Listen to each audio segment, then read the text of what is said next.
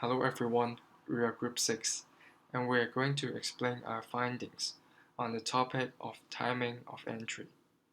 I'm Aaron and let's start off by introducing the concept. Our group will then discuss the topic by comparing the pros and cons of early entry, as well as providing 3 examples from various business sectors. It is important to have a sense of timing of entry, since it usually implies the return in scales of a business. Timing of entry can be classified into 3 main categories, and they are first mover, early followers, and late entrants. First mover are the first pioneers to sell a product or service. Early followers are early entrants to market, but not first. And last but not least, late entrants are those who enters the market when the product begins to penetrate the mass market or later. Being the first movers in the industry has its obvious advantages and disadvantages. First mover can lead the technology change and have more time in researching.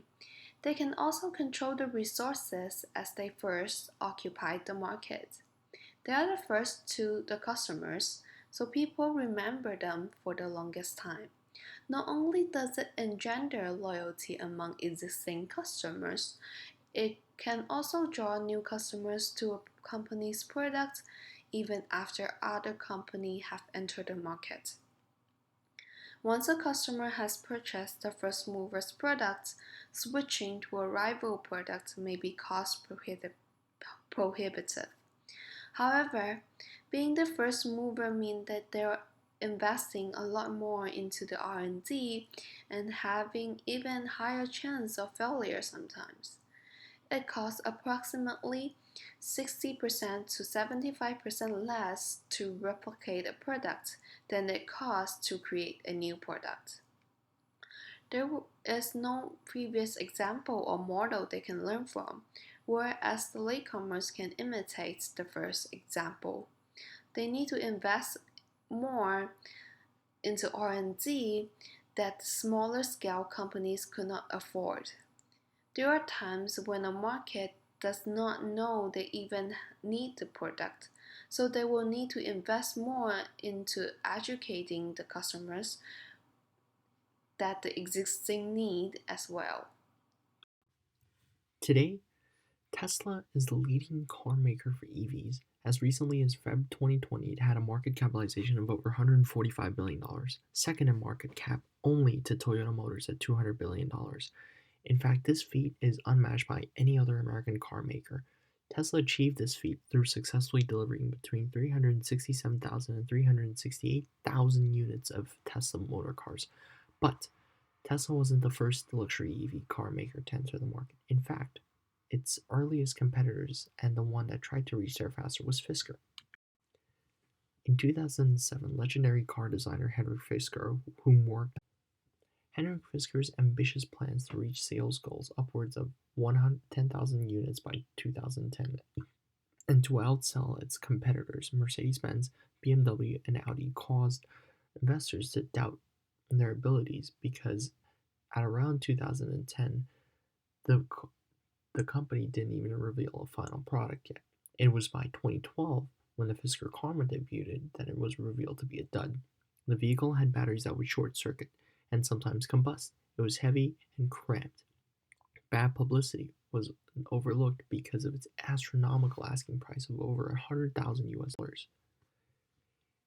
In the end, Fisker declared bankruptcy as it couldn't repay its debts. It included a $200 million loan given by the Department of Energy, in addition to almost $1.2 billion raised by investors. Fisker's story is one of a first mover that failed. In its haste to be first, the company was overly ambitious and overlooked important components and didn't take all factors into account.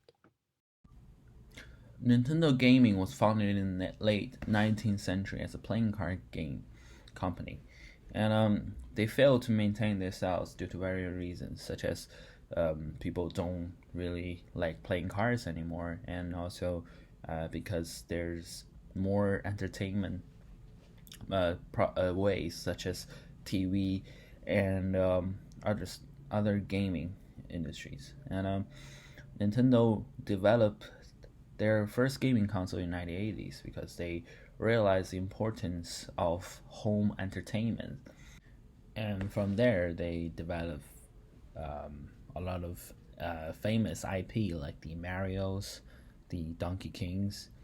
Their approach to games are more like building something that's more creative instead of focusing on the quality of the image.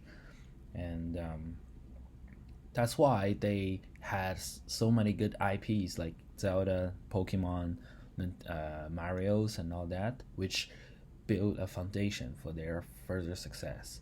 This is a demonstration of how Nintendo sees the opportunity of the colors TV and also the customers' craving for mobile gaming, and they build their consoles to success. The mobile gaming console, which is called the Game Boy, and among the time, they decided to. In 2015, Nintendo introduced the Nintendo Switch, which is a product Nintendo used to battle against both PS4 and Xbox. But they're in the same market with PS4 and Xbox, but it is different. They also has market share in the mobile console gaming industry because they can be played both mobilely and also as a stationary console. This is crucial because in the at the time of the mobile gaming industry, most mobile games are played on iPhones and other smartphone devices, and they are often advertisement driven, and they're pushing the players to upgrade, and there's not really an valid and a meaningful objectives for the players. And that's when the Nintendo Switch comes in. They offer various range of games that has the benefits of the previous IP of Nintendo, and it's basically the best entry time for Nintendo Switch to enter the market. It's people say the mobile gaming industry is full and there's no potential for it, and some people say the stationary console market is already occupied by both PS4 and Xbox, but Nintendo Switch was able to find a common ground between the mobile gaming and stationary console gaming and build devices that can eat up both market share from both market. That's one of the success for their due to their successful entry to the market.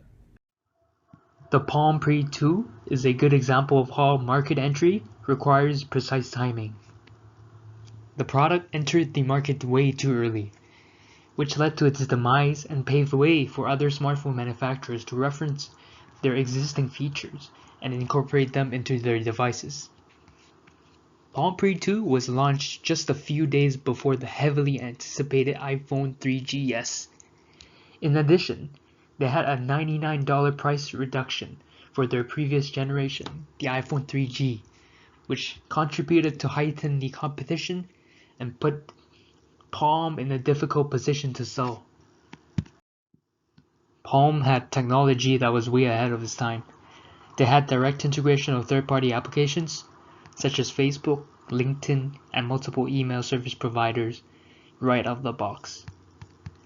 They had multitasking capabilities that allowed the users to seamlessly switch between applications, which was later adopted by Apple devices in the following generations. They also had multi-touch gestures that are similar to ones released in the iPhone X series, released back in late 2017. We can see how Palm failed with all the features of a present-day smartphone, but was released 10 years too early when it lacked the market demand.